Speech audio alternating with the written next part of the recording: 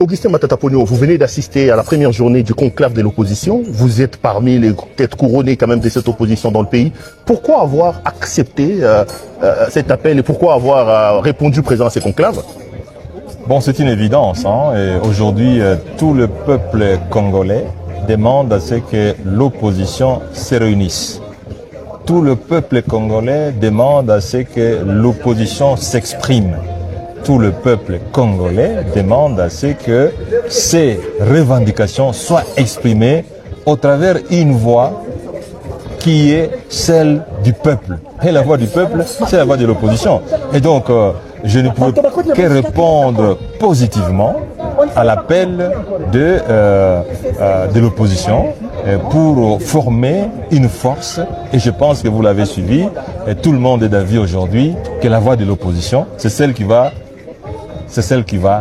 s'exprimer au terme de ces travaux. Non, mais vous êtes là, vous. Il y en a quand même quelques-uns de vos compatriotes de l'opposition qui ne sont pas là. Je pense à Moïse Katumbi, je pense à Fayoulou, je pense à Kabound et aux autres. Est-ce que c'est pas déjà un mort n'ayant pas réussi à avoir une sorte d'unanimité d'adhésion de tout le monde par rapport à ces... Je ne pense pas.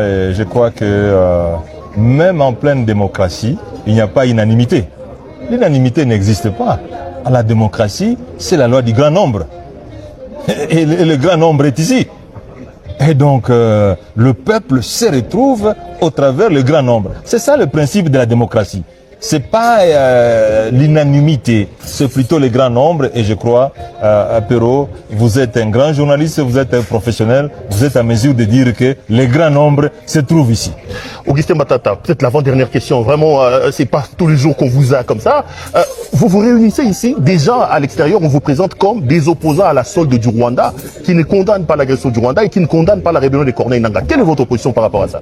Écoutez, quand nous, on a critiqué l'agression, mais est-ce que certaines personnes qui sont au pouvoir aujourd'hui ne l'ont jamais fait?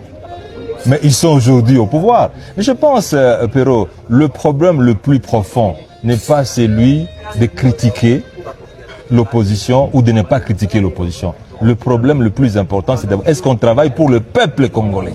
Est-ce que les salaires sont payés? Est-ce que le transport est organisé? Aujourd'hui, on nous parle du taux de change. Mais est-ce que le taux de change est en faveur du peuple ou contre le peuple? Voilà les choses les plus importantes de la vie. Parce que les gens meurent aussi de la faim.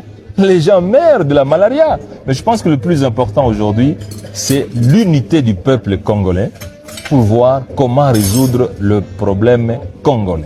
Ça sera la dernière question. Vous êtes un ressuscité. On vous a condamné à 10 ans. Ça sera la première fois que vous vous adressez devant les médias. Votre secrétaire général, Franck Chamala, disait que vous étiez importé disparu.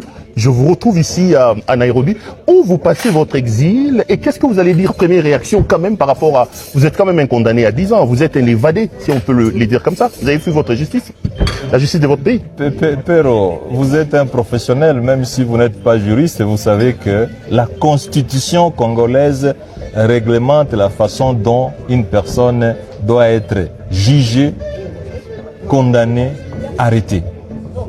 Nul ne peut être jugé que conformément à la loi et selon les normes écrites par la loi. Mais j'ai été jugé en dehors de la loi. La Constitution a été violée plus de 50 fois. Que dit la Constitution?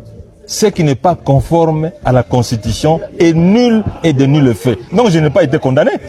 Je n'ai pas été condamné parce que la Constitution dit que si quelqu'un est condamné en dehors de la loi, c'est nul et de nul avenir. Donc je n'ai pas été condamné. Ah, vous récusez les 10 ans de condamnation là. Mais la Constitution récuse cette condamnation. Donc je n'ai pas été condamné.